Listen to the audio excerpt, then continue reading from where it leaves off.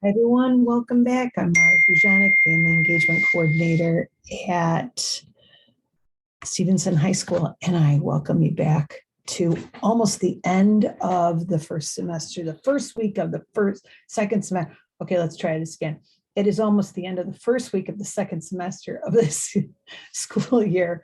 That was a lot to try to say, and it's a freezing cold day, and so I hope you're all staying super warm, or whenever you're watching this, you are warm. Let's talk a little bit about, we have now been through a few full days with our students, our teens for this semester, and how can you, as an adult in their life, help them manage their expectations. So let's kind of talk about, frame a little bit about what's an expectation. An expectation is not like what's going to happen. An expectation is a belief about a certain outcome that will happen. So it's like our thoughts about what's going to happen. And they're not really based on anything.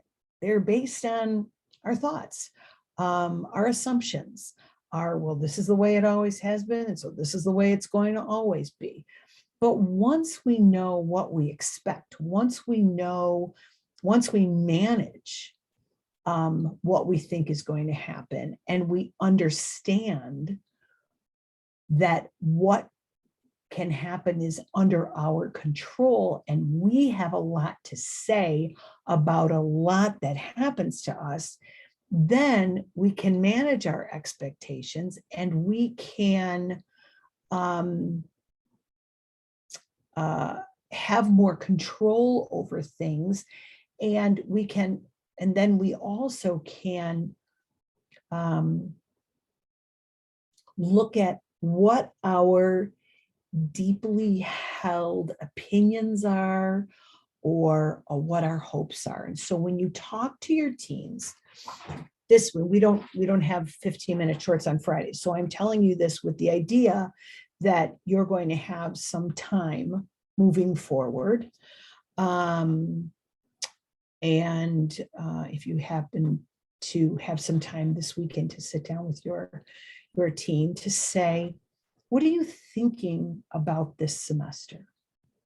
And to sit down and have that conversation. So understanding that what they're going to tell you are their expectations for the semester, and their expectations for what they hope, based on what's happened, will happen in the semester. In the last 2 days, we talked a lot about how do you think about yourself in terms of being a learner, and how can we help our students, our teens, have be mindful of the kinds of learners they are, right? What is their mindset around learning? So what we're going to talk about is how do we help our teens manage their expectations? But the first thing we have to do is we have to say, your teen is an adolescent. And so let's talk a little bit about what an adolescent is. An adolescent is in adolescence, which is when the teens happen. It's like from like 13 or 14 to like 24, 25. So that's a huge span of time, right? A decade of time. And there's so much brain development that's going on during adolescence, because when we like first become, first our brains are developing, our brains develop from the back to the front. So back and then going forward, developing. This is adolescence. This is the end of brain development, which doesn't mean you can continue growing and making new synapses. That's not it. But this is developing during adolescence. So what happens is there's tons and tons of development, and there's articles that I've read that say that there's as much development during adolescence as when they're babies. So, oh my goodness, your teens need you so much now, because they are trying to become independent adults. Their brains are saying, okay, now it's time to be independent. And they don't know they're in high school. Their brains are saying, hey, it's time to be independent. So your teens are really very, very, so much is happening in the front of their brain, which is where executive functioning happens, where all the fine tuning happens. So they want to be independent. They're super emotional. They're looking at their peers for guidance, and they're developing all these different skills. So here's what you need to be. You need to really be that constant for them. I was talking to a child development specialist last night, and we were talking about adolescents. We're just talking about adolescents because they happen to have an adolescent. And they were talking about the fact that families, adults in teens' lives, if you've been with them from birth on, you think, well, okay, they're independent. Good. The hard part's over. The hard part has just begun, because now's the time. When they're little, they look to you for everything. Now's the time that your teens are saying, I don't need you. I don't need anything from you. I'm good. I got my friends. And they make irrational decisions, and they're quick to make a decision. And they don't want your input on anything. But now's the time for you to sit back, understand that, and say, okay, how can I help you think about these things? So when we're thinking about this, the semester, your teen, I promise your teen has expectations about what's going to happen in the semester. So you can sit down with them knowing, quick to judge, don't really want to hear from you, don't really want your input, really want the input of their friends around them, super irrational, right? Seems like a really great person you want to talk to. And I love this cartoon. I apologize if you're offended by some of the words on it, but I really love it because it kind of talks about all the emotions that are going on in a teen's head, whether they're acting on those emotions or not. That's what's happening. It's like, and I want to sleep and I should sleep. So what can you do with your teen is you could sit down and you can be an open source of communication. And you can say to them, hey, we're starting a new semester. What do you want out of this semester? What are you hoping for out of this semester? But then not just, hey, I think I'm going to get straight A's. Great, terrific, good luck.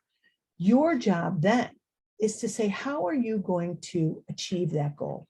What are you going to do to try to get there?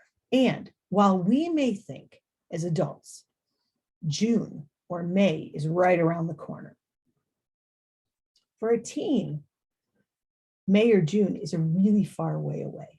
So maybe when they're setting their goals or they're setting their expectations, those are really kind of some goals that they may be having, or their expectations may be predicated on goals, right? My expectation is I'm going to get straight A's, but that's because my goal is to get straight A's. So then how can we help them put things in place to achieve those goals, to then get those expectations to become reality? And for many of our teens to say in 4 months, I'm going to do great, it's really far away and hard to manage. But it's much easier to say to them, let's break that big goal down into smaller attainable goals. And you know your teen best. Maybe that's a weekly check-in. Maybe that's twice a month check-in. Maybe that's a monthly check-in. But you can say to them, how are you going to manage that? And break it down for them really clearly so that they know there are small steps that need to be taken to get to that point. And if they fail, it doesn't mean all those expectations are thrown up in the air. If they fail, this is the time you want them to, you don't want them to fail totally, but this is the time when failure's okay, because guess what? They have a great support system, and that's you, and that's home. And you can help them think about what went well and what didn't go well, and what were some of the challenges, and how can that be done differently? Because what they're doing in high school is they're looking at their expectations, and they're starting to develop the habits of mind that they're going to use when they get to be adults. They are starting to develop those habits now. And believe me, they're really great for those habits to be practiced and reinforced while they're in high school, before they get to be a little bit more independent and away from you in whatever kind of post-secondary education or training or job situation they may be in. The other thing that's really, really important for you to remember and reinforce for your students, if the last 2 years have taught us anything, it is that taking care of yourself is extraordinarily important. And I don't mean like going in a mask or getting boosted or any of that stuff. I mean mindfulness. I mean taking time out for yourself, drinking enough water, eating healthy, then being mindful of yourself, your health, your mental health, how much sleep are you getting? What are you doing? So being mindful, taking a moment, deep breathing exercises, or if you do meditation, or if you go out for a walk, or you should be walking, everybody should be physically active, and sort of making sure that they take care of that self for themselves, because that will help them more clearly deal with managing that around the expectations. What is the key in all of this is your communication with your team. Super important for you to use active listening. That is, when they're talking, you are trained on them. You are listening to them. That doesn't mean that you can't do this by, taking the dog for a walk, or doing it while you're grocery shopping, if that's what you do, or during a mealtime. It doesn't mean you can't be doing anything else. What it means is that your attention is on your team. Like what you're listening to is your team. You're not on a call for work or also texting someone else. You may be getting the milk or frying an egg, but you're really attuned to what your team is saying. And you're listening openly without judgment, because your teen is going to throw out small invitations. That's what Lisa D'Amour talks about, invitations from a teen. And that is sort of like those, hey, I kind of want to talk, but I'm not sure if you're really there. And I really want to I really need someone. So you got to be alert to that. And you only know your teen best. Nobody else knows your teen as best as you. You are the expert in your teen. And you really have to think about, oh, do they want to talk? Do they not want to talk? Or invite them to walk the dog, or go with you to the grocery store, or cook a meal with you, and really listen. And then listen without judgment, right? Our teens, they are going to try you. They're going to say things like, well, I think I'm going to take 7 APs. Okay, well, you want to take 7 APs? Let's talk about how much are you doing right now? How much free time? How much time do you think you'll have for each of those APs? Those kinds of things to help them sort of problem solve through what they're saying, and see if it's manageable. And for some kids, it's manageable. For some kids, it's not manageable. It's all good. No judgment there, right? The other thing is to say thank you for sharing with me, so that they know that you don't take it for granted, that they come to you and they talk to you, because you want them to sort of feel like, hey, this is a safe place to land. I really like talking to this person. And if you can remember, follow up with them on what they say to you. They talk to you about a peer that's been kind of on their case, or they're having a problem or whatever. You might want to, hey, how's that friend doing? Do you feel like they got through whatever they were getting through? It doesn't mean that you have to follow through up with the friend, but you can ask is, how is that going? Or what have you decided? Or how do you think you're going to do that? Because what it does is it gives a little bit of independence and autonomy to the team.